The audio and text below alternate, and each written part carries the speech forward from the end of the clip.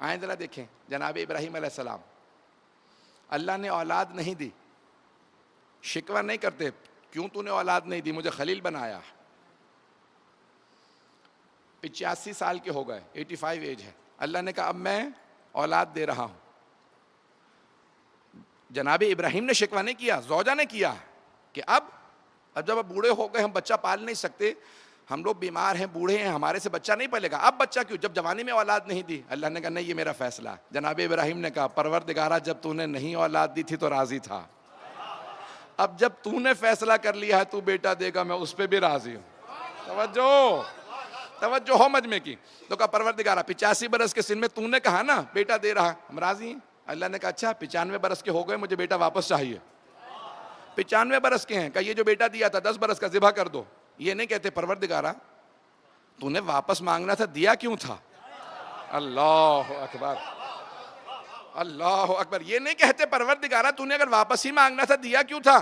مجھ سے تو برداشت نہیں ہو رہا۔ کہا پروردگارہ تیری امانت تھی، تو نے دیا تھا تب تک یہ ہمارا مہمان تھا، تو واپس مانگ رہا ہے، ہم راضی۔ راضی برضا اللہ، اس کی رضا پہ راضی ہے۔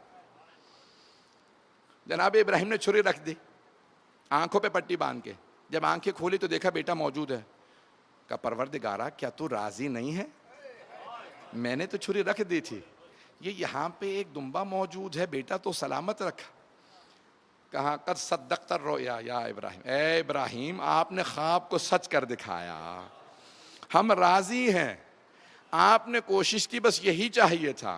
عزیزان گرامی، جناب ایوب کے کتنے بیٹے ہیں؟ 12 بیٹے ہیں۔ ایک مرتبہ شیطان نے کہا کہ یہ ہمیشہ شکر بجا لاتے رہتے ہیں، وقت نہیں رہا، کیوں اتنا شکر بجا لاتے ہیں؟ کہا اللہ نے نعمتیں جو اتنی دی ہیں، شیطان نے کہا فرشتوں سے اتنی نعمتیں دی ہیں، کسی کو بھی اللہ اتنی نعمتیں دیتا تو شکر بجا لاتے۔ اتنی فصلیں، اتنا گھر، اتنے بیٹے، اتنے فصلیں اجڑنے لگیں، پھر بھی جناب ایوب شکر کرتے رہے۔ صبر و شکر کی منزل جاری رہی۔ کہا نہیں، یہ نعمتیں چھنی ہے نا، اولاد چھنے۔ ایک مرتبہ پورا گھر گرا، سارے بیٹے شہید ہو گئے۔ آ کے کسی نے خبر دی بڑے بھیانک انداز سے، کہا اے ایوب آپ کے سارے بیٹے تو برداشت نہیں کر سکے، روئے، لیکن کہا پروردگارہ تیری امانت تھے۔ کہا نہیں ابھی بھی صحت ہے نا، اس لیے شکر کر رہے ہیں۔ تو اللہ نے بیماری میں مبتلا کیا، زمین گیر ہو گئے، یعنی چلنے پھرنے سے بھی معذور۔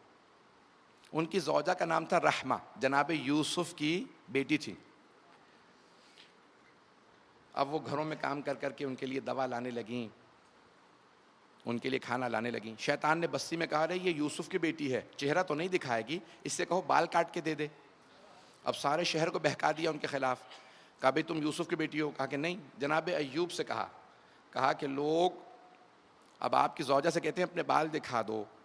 جناب ایوب برداشت نہیں کر سکے، کہا پروردگارہ میری ناموس پہ حرف آئے، میں برداشت نہیں کروں گا۔ جناب جبرائیل نازل ہوئے، کہا ایوب اللہ پوچھ رہا ہے یہ ساری نعمتیں کس نے دی تھی؟ کہا پروردگار نے۔ کہا بیٹے کس نے دیے؟ کہا اللہ نے۔ کہا یہ جو کچھ تھا صحت اللہ نے، کس کے یوسف کے داماد بنے کس نے؟ کہا اللہ نے۔ سب کچھ؟ کہا آج اگر اللہ نے آزمائش بھیجی ہے شکوہ کر رہے ہو؟ سجدے میں گر گیا، کہا پروردگارہ معاف کر دے، لیکن اس سے آگے میں آزمائش نہیں دے سکتا، ناموس کی آزمائش نہیں دے سکتا۔ تو اللہ نے کہا قیامت تک کے لیے ایوب جب بھی لوگ صبر کا نام لیں گے آپ کا نام لیں گے۔ آپ نے اتنا صبر کیا، لیکن جہاں جناب ایوب کے صبر کی انتہا ہوتی ہے وہاں سے امام سجاد علیہ السلام کے صبر کی ابتدا ہوتی ہے۔ اب سمجھ میں آیا سید سجاد کون ہے؟ اب یہ دعا سمجھ میں آ رہی ہے امام کیا فرما رہے ہیں؟ پروردگارہ ہم تیری تقسیم پہ راضی ہیں۔ روتے رہے، گریہ کرتے رہے، بہت گریہ کیا امام سجاد، بہت روئے، لیکن کبھی اللہ سے شکوہ نہیں کیا۔ سنیں گے